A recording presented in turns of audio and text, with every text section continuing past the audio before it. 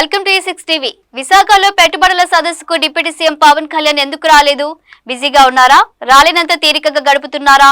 లేకుంటే ఇతర కారణాలు ఏమైనా ఉన్నాయా? పొలిటికల్ సర్కిల్ ఇదే ఆసక్తికర చర్చ నడుస్తోంది. విశాఖ సదస్సు జరుగుతున్న సమయంలో పవన్ కళ్యాణ్ సచివాలయంలోనే సమీక్షలు చేస్తున్నారు. అయితే దీనిపై రకరకాల చర్చ నడుస్తుంది. వైఎస్ఆర్ కాంగ్రెస్ పార్టీ వ్యతిరేక ప్రచారం చేస్తుంది.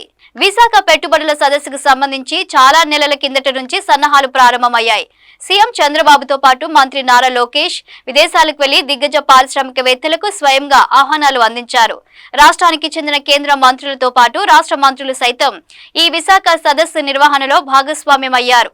2 రోజుల పాటు విశాఖ వేదికగా జరిగే ఈ సదస్సుకు రాష్ట్ర ప్రభుత్వం సైతం ప్రతిష్టాత్మకంగా ఏర్పాటు చేసింది. విశాఖకు గూగుల్ డేటా సెంటర్ వచ్చిన తర్వాత ఈ పెట్టుబడుల సదస్సుకు అత్యంత ప్రాధాన్యత పెరిగింది.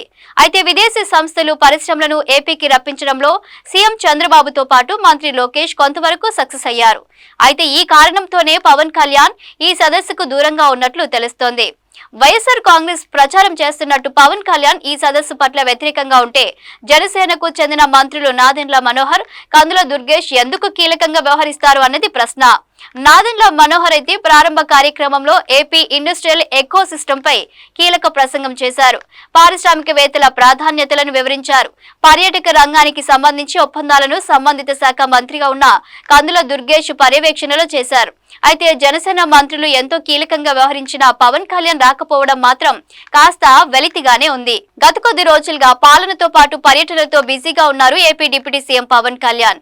మొన్న మధ్యన ఉమ్మడి చిత్తూరు జిల్లాలోని అటవీ ప్రాంతాన్ని సందర్శించారు.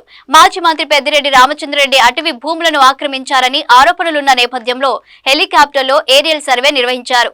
స్వయంగా తన సెల్ ఫోన్ లో పెద్దిరెడ్డి రామచంద్రరెడ్డి ఆక్రమించిన భూములను ఫోటోలతో పాటు వీడియోలో చిత్రీకరించారు. అదే విషయాన్ని మంత్రివర్గ సమావేశంలో సహచరులతో చర్చించారు కూడా. విశాఖలో పెట్టుబడుల సదస్సు జరుగుతున్న సమయంలో సచివాలయంలో ఉండి విస్తృత సమీక్షలు చేస్తున్నారు. తాను నిర్వర్తిస్తున్న పంచాయతీరాజ్, అటవీ శాఖల విషయంతో పాటు పిఠాపురంలో అభివృద్ధి కార్యక్రమాల విషయంలో కీలక ఆదేశాలు జారీ చేశారు. అయితే రాష్ట్ర ప్రభుత్వం ప్రతిష్టాత్మకంగా చేపట్టిన ఈ పెట్టుబడుల సదస్సుకు పవన్ కళ్యాణ్ రాకపోవడం ఏమిటనేది ఇప్పుడు ప్రశ్న. ఆయన వచ్చి ఉంటే ప్రత్యేక ఆకర్షణగా ఉండేది కదా అని ఎక్కువ మంది అభిప్రాయపడుతున్నారు. తెర వెనుక ఏదో జరిగిందన్న అనుమానాన్ని YSR Congress party social media ప్రజల్లోకి బలంగా తీసుకెళ్తుంది. అయితే పవన్ కళ్యాణ్ ఎప్పుడు ప్రోటోకాల్ విషయంలో చంద్రబాబు తర్వాత నిలుస్తారు. అయితే ఇంతటి ప్రతిష్టాత్మక సదస్సుకు పవన్ కళ్యాణ్ రాకపోవడం వెనుక ఒక కారణం ఉన్నట్లు జనసేన వర్గాలు చెబుతున్నాయి. ఏపీలో సుదీర్ఘకాలం కూటమి కొనసాగాలని పవన్ కళ్యాణ్ బలంగా భావిస్తున్నారు. అందుకు తగ్గట్టు ప్రభుత్వంలో ఎవరెవరి పాత్ర ఎంత ఉండాలో కూడా వ్యూహం రూపొందించుకున్నట్టు తెలుస్తోంది. విశాఖలో పెట్టుబడుల సదస్సుకు సీఎం చంద్రబాబుతో పాటు మంత్రి నారా లోకేష్ తీవ్రంగా కష్టపడ్డారు. ఈ సదస్సుకు వస్తే తప్పకుండా ఎంతో కొంత క్రెడిట్ పవన్ కళ్యాణ్ కు దక్కే అవకాశం ఉంది. అందుకే వారి కృషి వారికే క్రెడిట్ దక్కాలని పవన్ భావించినట్లు సమాచారం. మరోవైపు యంత్రాంగమంతా విశాఖలో ఉంటే పాలన గారి తప్పే ప్రమాదం ఉందని భావించి పవన్ కళ్యాణ్ అమరావతిలో ఉండి సమన్వయం చేసుకున్నారని జనసేన వర్గాలు చెబుతున్నాయి. అయితే పవన్ కళ్యాణ్ ఈ ప్రతిష్టాత్మక సదస్సుకు హాజరై వైసీపీ శ్రేణిలో ఆనందం నింపారు. కృత్రిమ ఆనందంతో వైసీపీ సోషల్ మీడియా గడిపిస్తోంది.